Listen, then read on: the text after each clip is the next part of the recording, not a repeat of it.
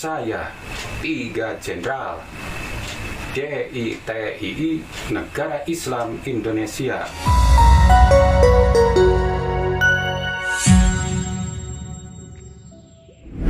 Beberapa hari terakhir, jagat maya kembali dihebohkan dengan adanya 3 oknum yang mengaku sebagai jenderal di Negara Islam Indonesia atau NII. Alih-alih membuat negara baru, ketiga jenderal NII justru diamankan pihak kepolisian karena dianggap berbuat makar dengan melakukan penodaan terhadap bendera kebangsaan dan lambang negara Indonesia. Kejadian ini pun mengingatkan kita dengan beberapa negara yang masih berjuang untuk mendeklarasikan kemerdekaannya atau kedaulatan negaranya. Dan ternyata beberapa di antaranya berdekatan dengan Indonesia. Mau tahu negara mana saja? Tanpa basa-basi, berikut ini adalah 10 negara yang akan muncul di dekat Indonesia.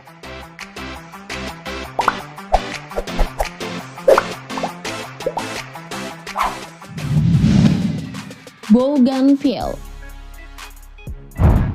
Bougainville merupakan negara bagian dari Papua Nugini yang terletak di Kepulauan Solomon. Bougainville memilih merdeka dari Papua Nugini dalam referendum tahun 2019. Meskipun sudah merdeka dari Papua Nugini dalam referendum tahun 2019, proses pelepasan Bougainville baru akan dimulai pada tahun 2023. Diperkirakan warganya akan mendapatkan kemerdekaan penuh pada tahun 2027. Secara geografis, Bougainville adalah pulau yang terbesar dari Kepulauan Solomon. Pulau ini memiliki panjang 120 km dengan lebar 65-95 km. Berdasarkan informasi yang beredar, negara ini memiliki pemandangan yang luar biasa indah dan sangat beragam. Sayangnya, infrastruktur di negara ini masih sangat terbatas. Namanya juga negara baru, pasti masih dalam tahapan perancangan, iya nggak guys?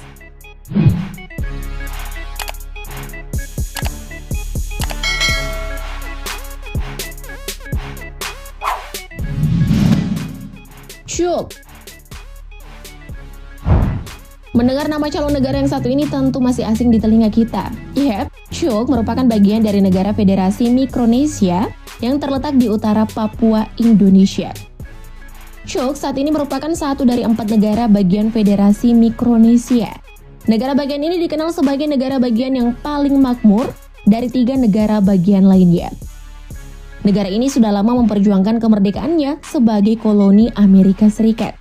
Chuuk sedang menanti waktu pemungutan suara kemerdekaan tanpa campur tangan Amerika pada tahun 2022. Jika hasil referendum nanti mayoritas ingin merdeka, maka Chuuk akan menjadi negara baru dari Oseania, bahkan negara tetangga baru Indonesia. Semoga harapan para penduduk Chuuk bisa segera terwujud ya.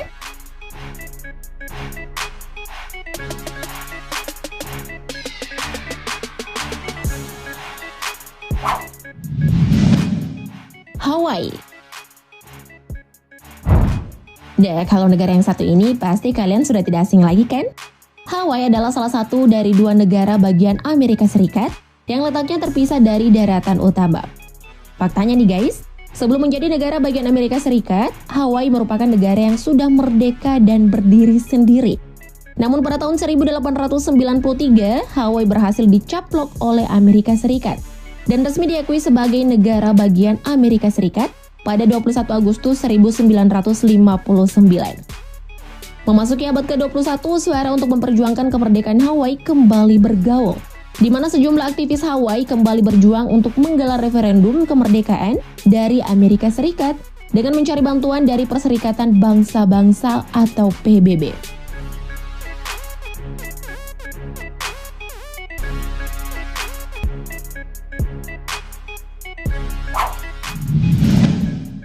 New Caledonia.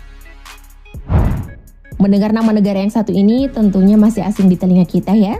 Yep, New Caledonia merupakan pulau yang berada di kawasan Pasifik Selatan dan sudah menjadi bagian dari Prancis sekitar 170 tahun terakhir, atau saat dianeksasi pada tahun 1853.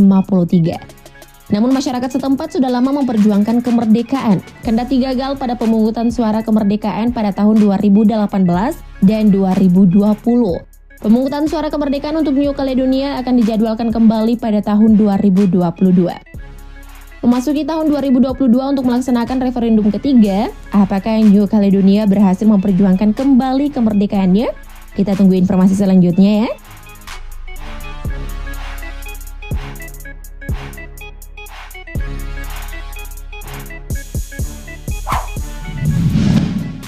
Tibet.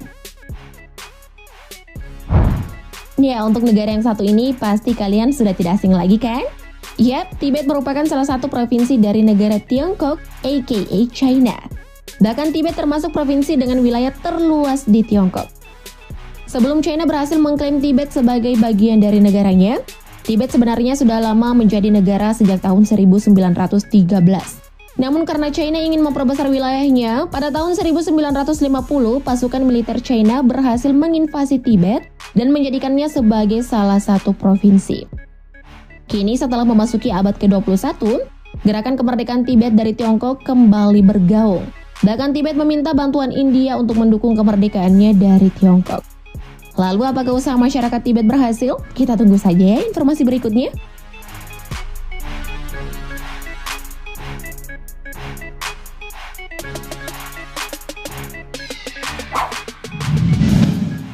Turkistan Timur.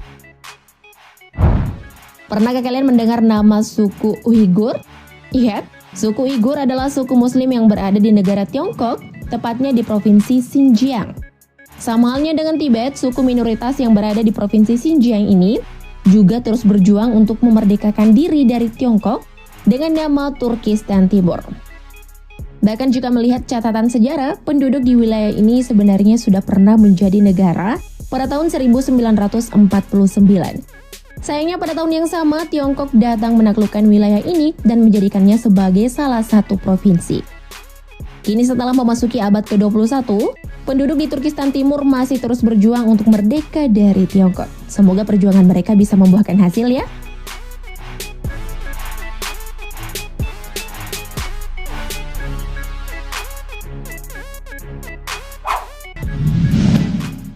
Rojava. Rojava merupakan wilayah otonom di Suriah. Wilayah ini terletak di bagian utara negara Suriah dan dikenal dengan nama Kurdistan Barat. Masyarakat Rojava memiliki gaya politik berdasarkan ideologi anarki, feminis, dan sosialis libertarian yang mendukung desentralisasi, kesetaraan gender, toleransi, keberlanjutan lingkungan, dan ekologi sosial. Karena keunikannya, calon negara baru ini diprediksi akan menjadi pembahasan seiring perjuangan kemerdekaannya.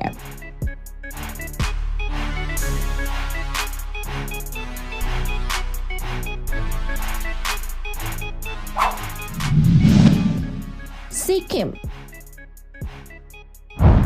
Sikkim menjadi salah satu negara yang mungkin sangat asing di telinga kita. Tapi negara yang terletak di pegunungan Himalaya ini pernah berdiri dan menjadi sebuah negara. Sayangnya negara ini tak bertahan lama karena pada tahun 1975 Sikkim harus mengubah kedaulatan negaranya. Karena hasil referendum pada saat itu memutuskan Sikkim untuk bergabung menjadi negara bagian di India.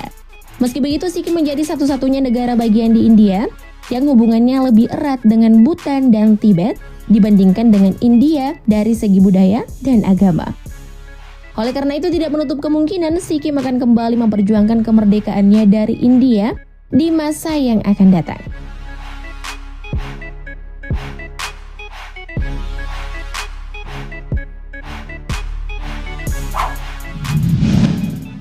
Kashmir.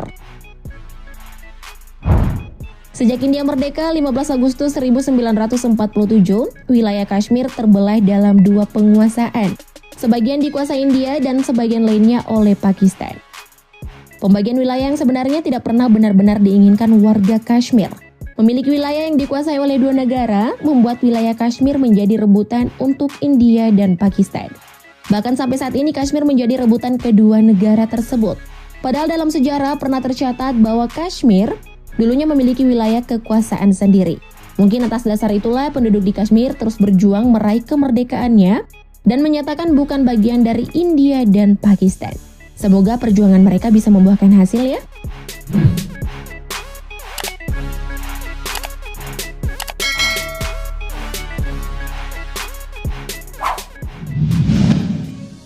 Kurdistan.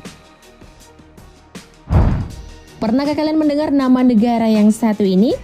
Yap, Kurdistan adalah sebuah wilayah yang terletak di bagian utara negara Irak. Sama halnya dengan negara-negara sebelumnya, Kurdistan sampai saat ini juga masih terus memperjuangkan kemerdekaannya. Namun kemerdekaan Kurdistan justru dianggap membawa dampak negatif terhadap Irak. Hal ini dikarenakan etnis Kurdi yang hidup di Kurdistan merupakan kelompok etnis terbesar. Itu artinya jika Kurdistan memisahkan diri dari Irak, maka Irak akan menjadi lemah dari segi politik, ekonomi, dan perang antar negara. Jadi ada plus minusnya gitu deh guys. Tapi menurut kalian gimana nih? Semoga kemerdekaan negara-negara tersebut bisa membawa kehidupan yang lebih baik untuk para penduduknya. Thank you, Update Lovers!